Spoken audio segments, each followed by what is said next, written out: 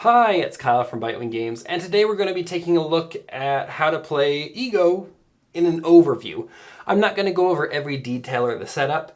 For now, let's just take a look at Ego in a nutshell. Ego is a game of auctions and risks. In the game, you'll visit 5 different boards or planets, each board containing a number of different events.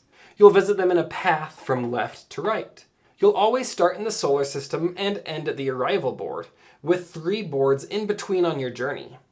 You'll move the spaceship from one event to the next until you've completed all the events on all of the boards. And at the end, the player with the most points wins. I'm not going to go over every single event, but I'll describe some of them to give us an idea of what the game's about. Some boards give you starting resources, so here you take 5 cards and 1 token to start the game. Tokens are either points or money, credits. Next, you'll move the ship here, where you can swap 2 cards for 2 new cards. Each player individually takes all the actions shown. Next, you'll move here and resolve this action.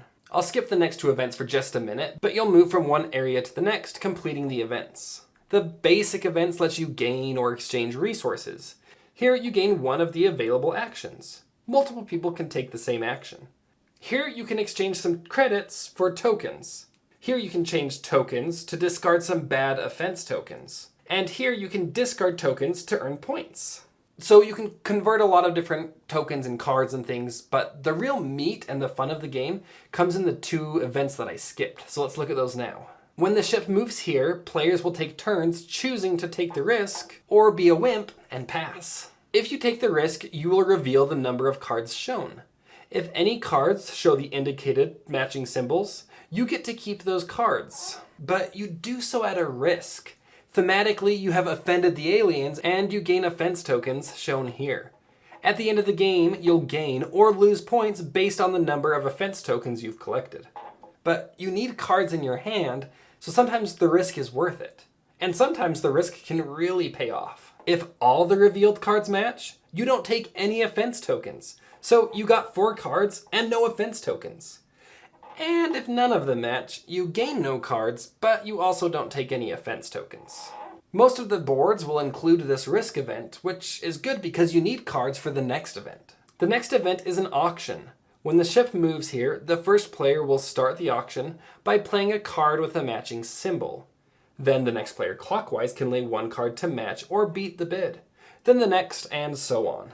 When it gets back to the first player, they will again choose to lay a card down to match or exceed the bid, and you'll keep going around and around.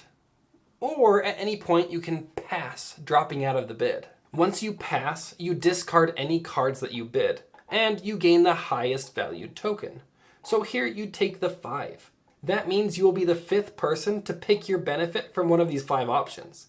And if you look closely, the worst benefit, the one you'll get stuck with as the 5th player, is actually an offense token, or sometimes 2 offense tokens. So you really don't want to be last. But even worse than being last is bidding 2 or 3 or 4 cards and then dropping out and still being last if you get stuck in this bidding war.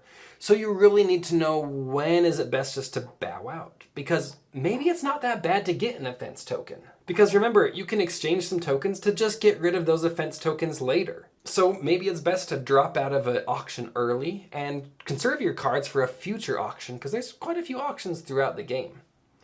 And cards can get a little bit scarce. So these risk events can be pretty tempting to try to gain more cards. And if you look closely, this risk event symbol is basically replicated here. What that means is when it's your turn in an auction, you can take a risk, revealing 2 cards and hoping the cards match. Because if they do, you add them to your bid instead of having to play cards from your hand. But if they don't match, you're forced to drop out of the bid, taking the highest valued token. So how risky and how lucky do you feel?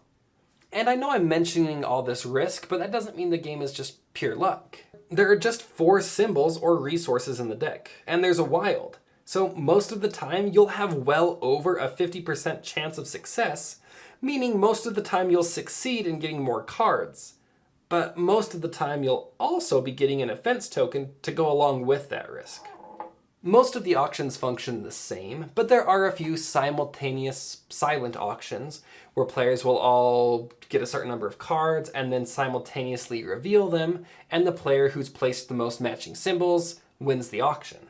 The winner will select their benefit first, and then the player who took second and third, and so on. At the end of the game, you'll get one last chance to discard offense tokens and turn in leftover cards and tokens for points. So is it better to hold on to cards for the end of the game to turn them in for points? Or is it better to use the cards throughout the game to try to win more auctions? Probably a little bit of both. And that's how I'd sum up the game. Ego's a game about deciding when to bid big and when to bow out and accept a loss. It's about taking risks, but trying to weigh the benefit versus the costs. Winning first place in an auction can be amazing. You can earn 5 points and get a powerful bonus card.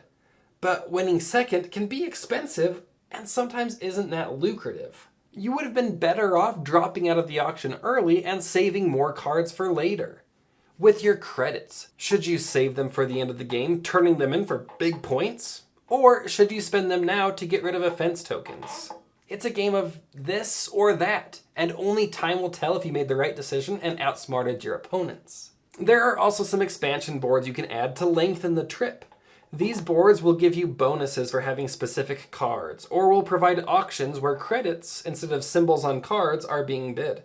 And for even more variety in events, you can add in a ship's expansion, which will be additional locations you visit between each system. These will provide bonuses for players with the most cards of certain types. And players with the least, well, they'll offend the aliens again. You still don't have every intricate detail of the setup or how each event works, but you have a pretty good idea of how the game functions and what Ego's about. I'll post my final how to play video eventually, and I'll put that in the description below. In the meantime, if you have any questions, let me know in the comments below. Until next time.